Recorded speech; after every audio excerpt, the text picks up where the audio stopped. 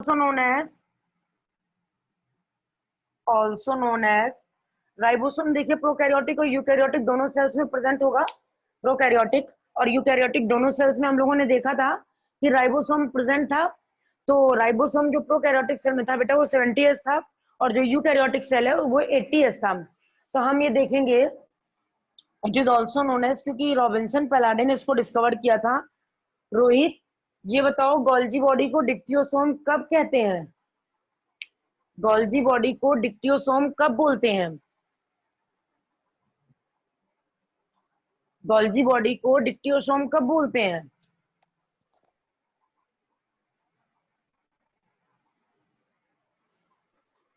क्यों बेटा?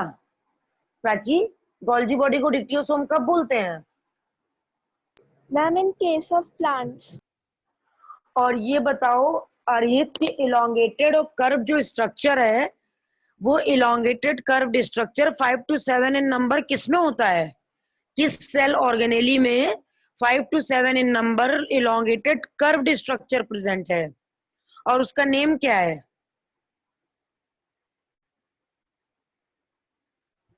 सही वो मैंने वो रिपीट। हम ये बोल रहे हैं कि जो इलोंगेटेड और कर्व्ड स्ट्रक्चर हमने बोला था कि इलोंगेटेड है, कर्व्ड है, 5 to 7 इन नंबर है, तो ये इलोंगेटेड, कर्व्ड और 5 to 7 इन नंबर जो स्ट्रक्चर है वो किसमें प्रेजेंट होता है? हम लोग को कौन सा सेल ऑर्गेनेली है जिसमें 5 to 7 in number structure present होगा, और वो कर्व्ड स्ट्रक्चर का नेम क्या है? उस कर्व्ड स्ट्रक्चर का नेम क्या है?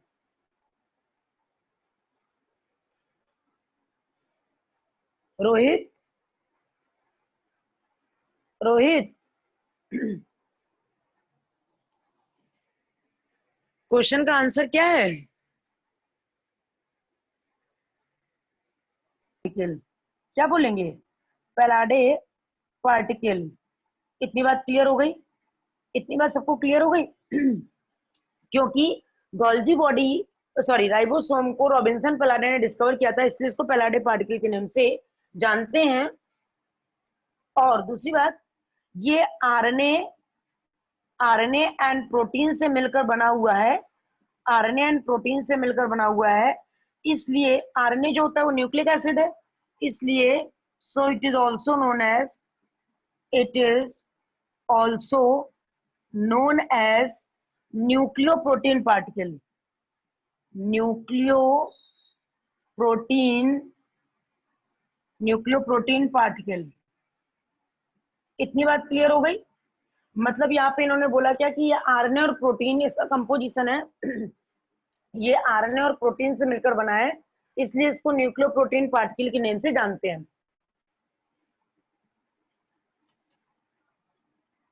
दूसरी बात, ये ए मेम्ब्रेनस है। ए मेम्ब्रेनस है। ए मेम्ब्रेनस का मतलब होता है कि इसमें मेम्ब्रेन एब्सेंट होती है। मेम्ब्रेन एब्सेंट होती है। मेम्ब्रेन एब्सेंट होती है, इसलिए हम लोग इसको ए मेम्ब्रेनस बोलते हैं। इतनी बात क्लियर हो गई? जब भी हमने कहा कि ये प्रोकैरियोटिक सेल में प्रेजेंट है, सपोज करो कि हम ये कह रहे हैं ये यूकैरियोटिक प्रोकैरियोटिक दोनों में प्रेजेंट है, और उसके बाद हमने इसको यहाँ पे ये बोल दिया है कि ये न्यूक्लियोप्रोटीन पार्टिकल लाइक स्ट्रक्चर है, तो पार्टिकल के चारों तरफ मेम्ब्रेन एब्सेंट है। पार्टिकल के चारों तरफ मेम्ब्रेन एब्सेंट है, इसलिए इसको ए मेम्ब्रेनस ऑर्गेनेल्स बोलते हैं। ए मेम्ब्रेनस का मतलब मेम्ब्रेन एब्सेंट है। आरएनए और प्रोटीन से बना हुआ है, पैलाडे पार्टिकल बोलते हैं, रॉबिन्सन पैलाडे ने डिस्कवर किया था। अब हम देखेंगे टाइप्स ऑफ राइबोसोम कौन कौन से हैं। तो फर्स्ट ऑफ ऑल हम देखेंगे types of ribosome. Types of ribosome. Types of ribosome में पहला हम देखते हैं 70S टाइप। दूसरा देखते हैं हम लोग 80S टाइप। तो बेटा 70S टाइप जो होता है वो कहाँ कहाँ पे प्रेजेंट होगा? पहला तो होगा प्रोकैरियोटिक सेल में। प्रोकैरियोटिक सेल में 70S टाइप प्रेजेंट है। प्रोकैरियोटिक सेल में 70S टाइप प्रेजेंट है, और प्रोकैरियोटिक सेल के अलावा क्लोरोप्लास्ट में है, क्लोरोप्लास्ट में है।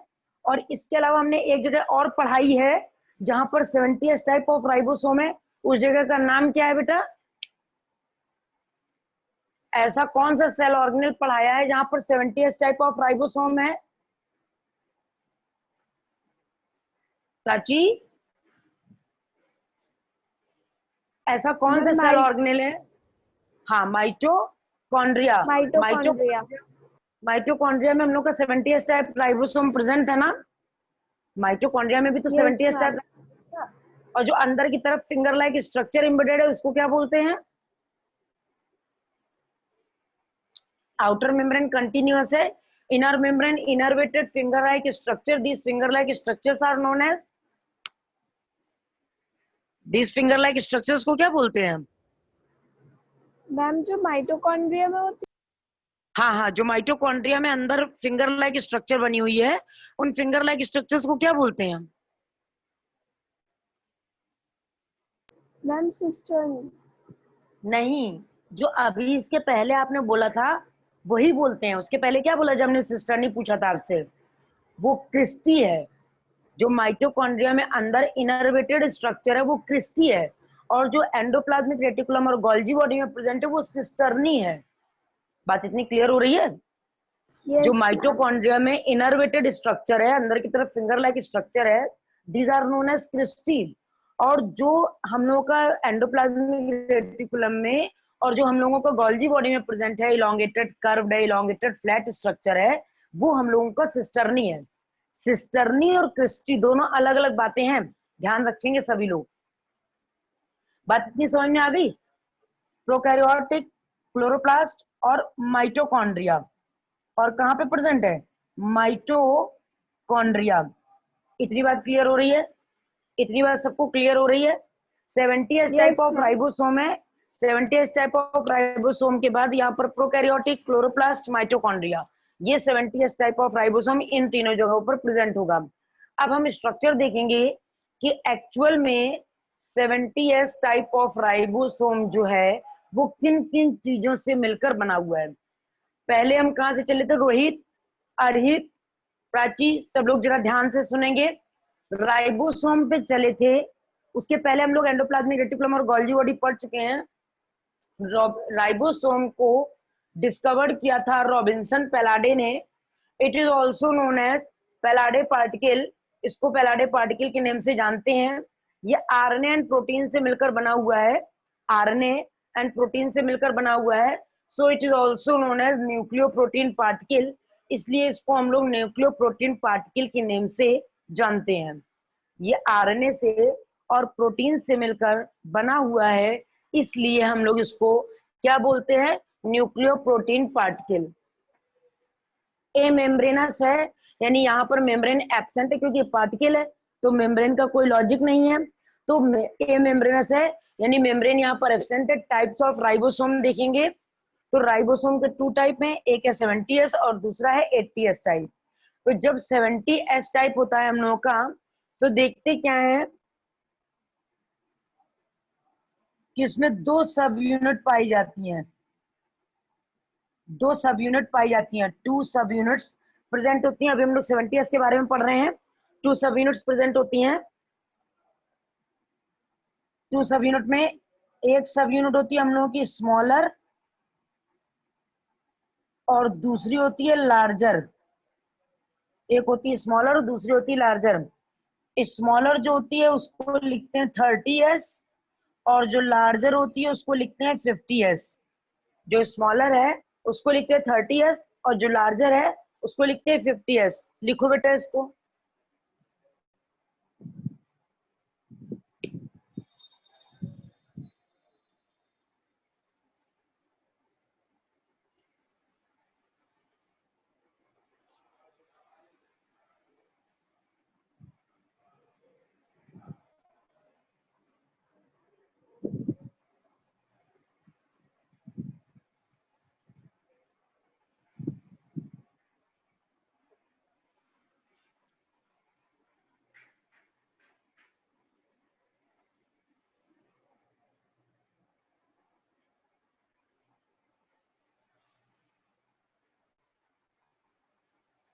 Done students?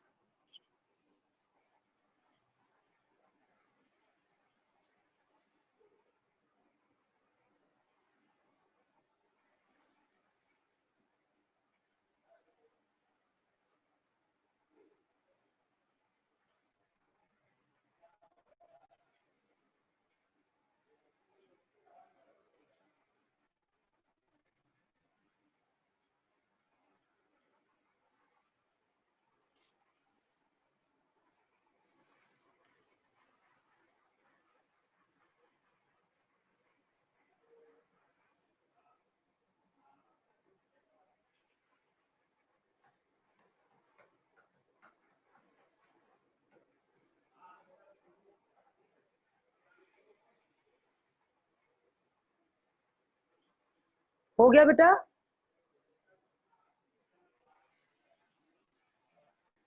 Yes, ma'am. सबका हो गया? रोहित हो गया?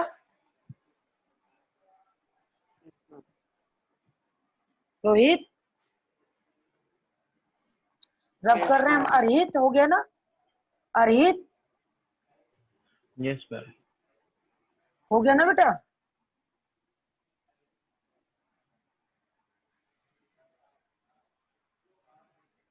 कंप्लीट हुआ कि नहीं हुआ?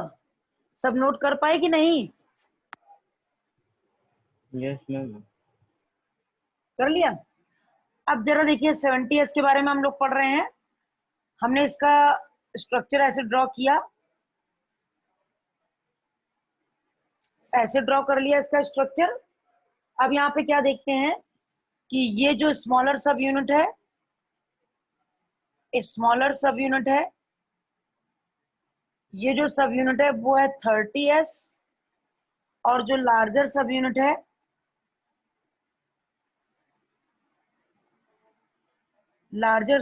है वो है हम लोगों की 50s। और इन दोनों सब यूनिट के बीच में मैग्नीशियम आयन का कॉन्सेंट्रेशन 0.001 m लगा हुआ है, जो act as a magnesium ion, act as a adhesive substance, ये जो कि है एडिसिव सब्सटेंस की तरह वर्क करता है। माइटोकॉन्ड्रिया एडिसिव सब्सटेंस की तरह वर्क करता है। राइबोसोम में देखा है हमने, राइबोसोम में 70s टाइप राइबोसोम है। 70s टाइप राइबोसोम में स्मॉलर सब यूनिट जो है वो 30s है, और लार्जर सब यूनिट 50s है। जबकि इसको जोड़ते हैं अगर हम लोग तो 80s आता है, ऐड करते तो 80s आता है, लेकिन है ये 70s। एक्चुअल में क्या है कि स्मॉलर को लार्जर से चिपकाना है, इसको ऐड नहीं करना है। तो जब हम लोग मैग्नीशियम आयन के कॉन्सेंट्रेशन को कम कर देंगे तो 30 अपने आप में अलग हो जाएगा और 50 अपने आप में अलग हो जाएगा। इन्होंने क्या बोला कि एस क्या है, हम लोगों के सेल में बहुत सारे स्मॉल पार्टिकल्स फ्रीली रोटेट कर रहे थे। तो जब सेल में इस स्ट्रक्चर को देखने के लिए, सेल को स्टडी करने के लिए एक जो सेंट्रीफ्यूगेशन ट्यूब होती है उसमें डाला गया, तो जितने रोटेशन पर मिनट पे हमको ये पार्टिकल दिखाई दिया उतने को हमने कह दिया 30s, और जितने पे ये दिखाई दिया उसको 50s। और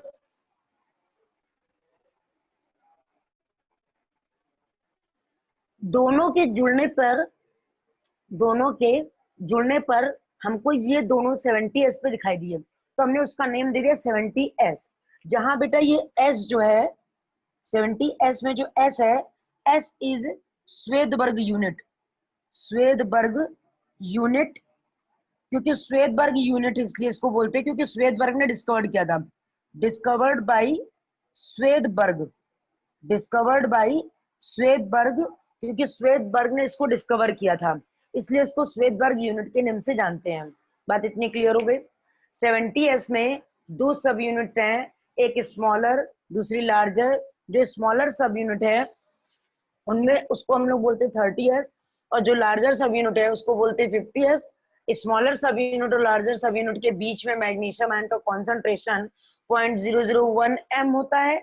मैग्नीशियम आयन का कॉन्सेंट्रेशन जो है वो एडिसिव की तरह वर्क करता है।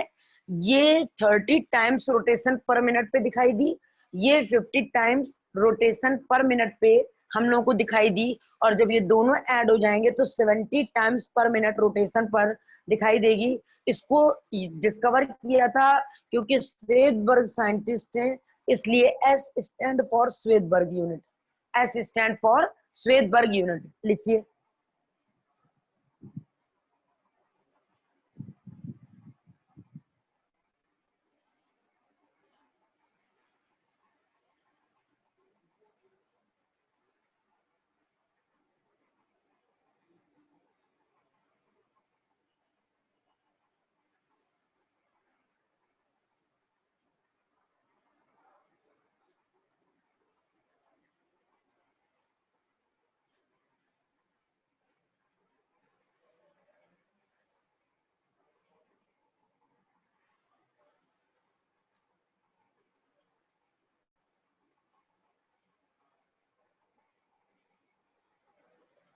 Done students?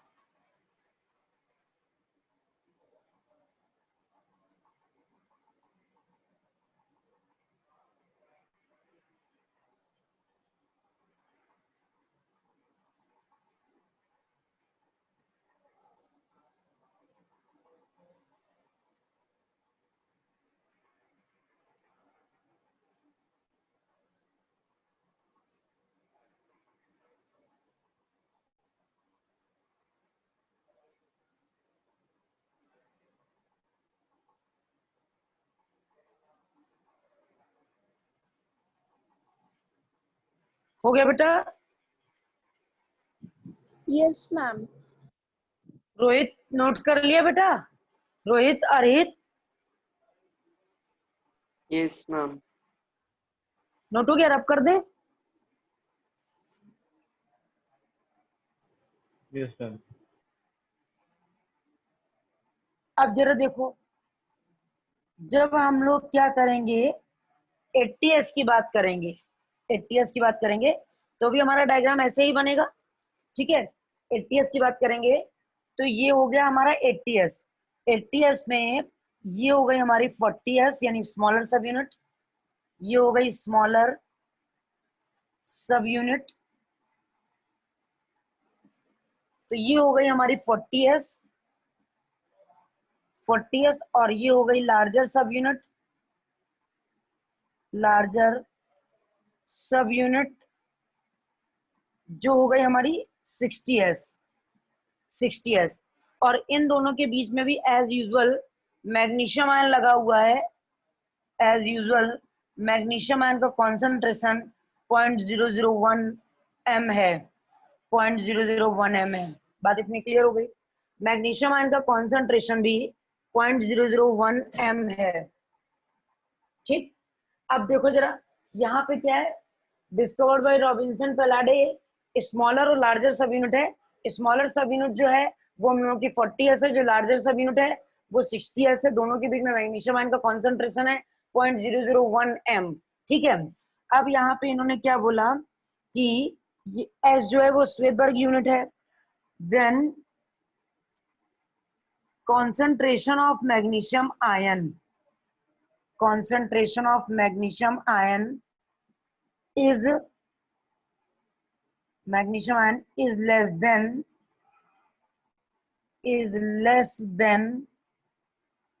0.001 m। ठीक है, अगर मैग्नीशियम आयन का कॉन्सेंट्रेशन 0.001 m से कम कर दिया जाए तो ये subunit, both subunits are separate to each other, both sub units are separate to each other, separate to each other। इतनी बात क्लियर हो गई? both subunit are separate to each other. ठीक है, और अब condition क्या है कि concentration of magnesium ion is increase then increase 0.001 m, then many ribosomes are attached to each other, ribosomes are attached to each other, बात समझ गए? तो this condition is known as polysomes और पॉलीराइबोसोम्स,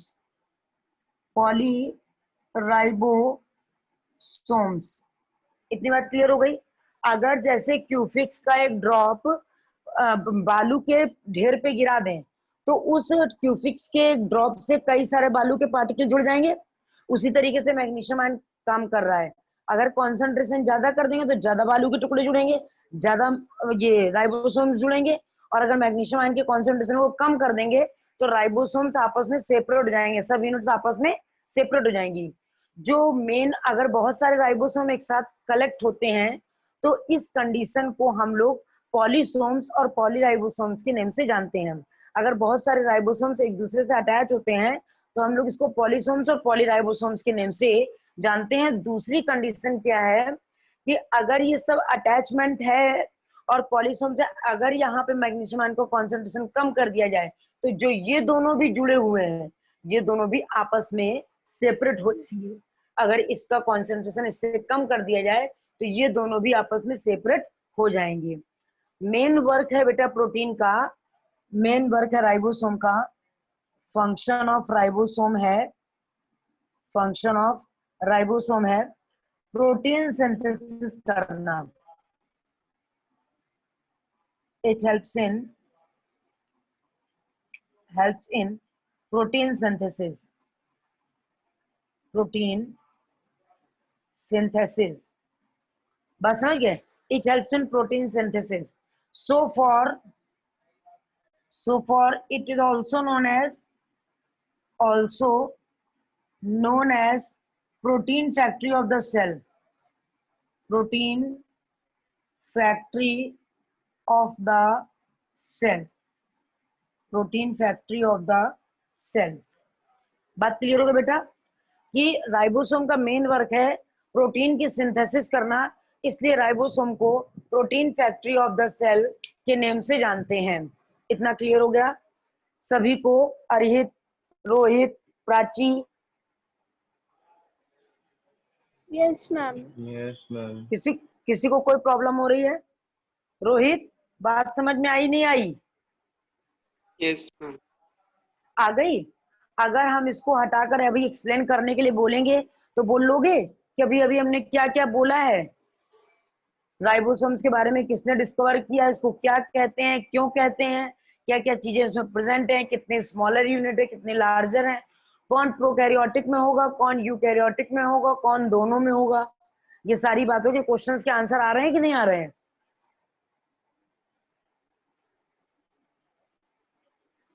आ रहे हैं बच्चों कि नहीं आ रहे हैं? जितने क्वेश्चंस अभी हमने पुटअप किए हैं उनमें से किसी भी आंसर को आने में डाउट लग रहा है? बिल्कुल ऑनेस्टली बताइए कि हाँ हमको ये डाउट लग रहा है, तो हम इस पॉइंट को क्लियर करेंगे। क्यों बेटा? Rohit, अरहित,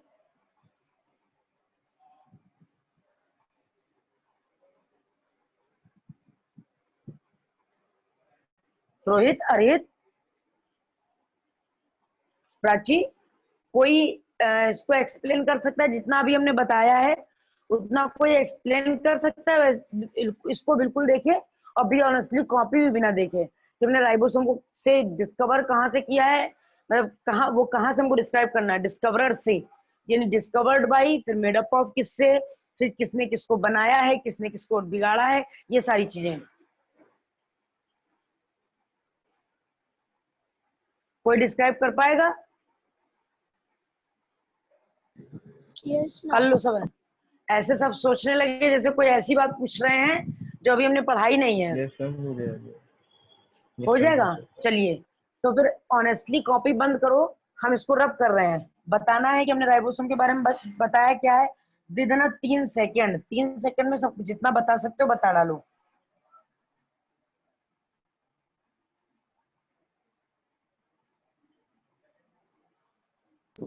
Ma'am, ribosomes are discovered by Robinson Pallade, and it is a membranous organelle. These are particle-like structures which are also known as Pallade particle, present in both prokaryotic and eukaryotic cell. There are two types of ribosomes, 70S type and 80S type. In 70S type, smaller subunit is 30S and larger subunit is 50S. Between them, a layer is present of magnesium ion, which is of 0.001 m. And 80S type, a smaller subunit is 40S and larger subunit is 60S. In eukaryotic cell, it is found in mitochondria and chloroplast. When magnesium ion comes less than 0.001 m, then subunits are separate to each other.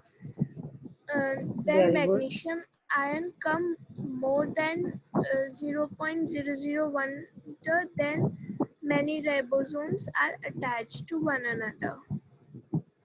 They are also समझ known गए? as polyribosomes. And Rohit अरे because of presence of RNA and protein, they are also called nucleoprotein particle. और main function क्या है इसको protein factory of the cell क्यों बोलते हैं? Because it synthesizes protein. Rohit Rohit Yes, ma'am. बात क्लियर हुई? Yes, ma'am. बात क्लियर हुई? कोई डाउट तो नहीं है? यानी सिंगल मेम्ब्रेनस ऑर्गेनेल्स है, लाइसोसोम SMO है, मींस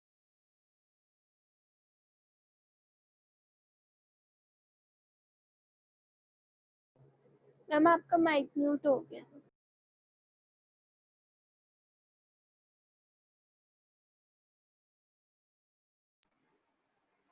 देखो लाइसोसोम्स क्या है?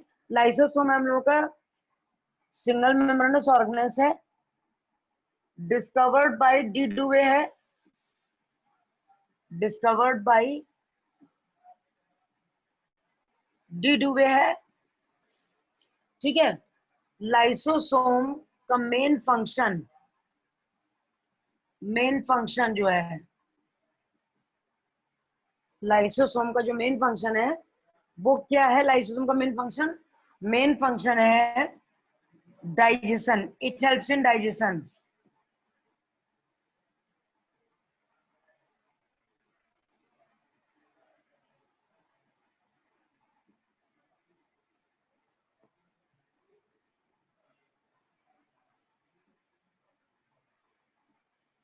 इट हेल्प्स इन डाइजेशन, ठीक है. सो फॉर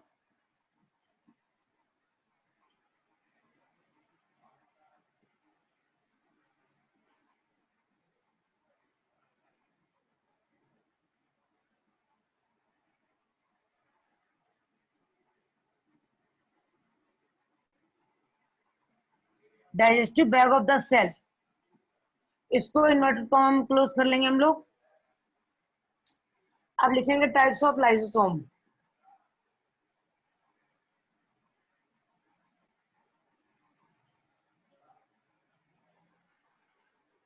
ठीक है, टाइप्स ऑफ लाइसोसोम.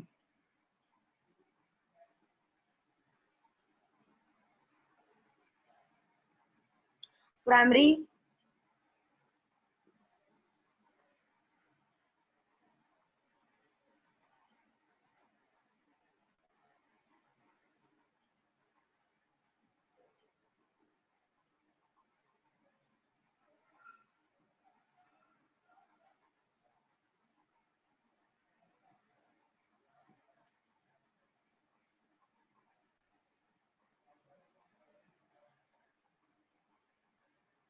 लिखिए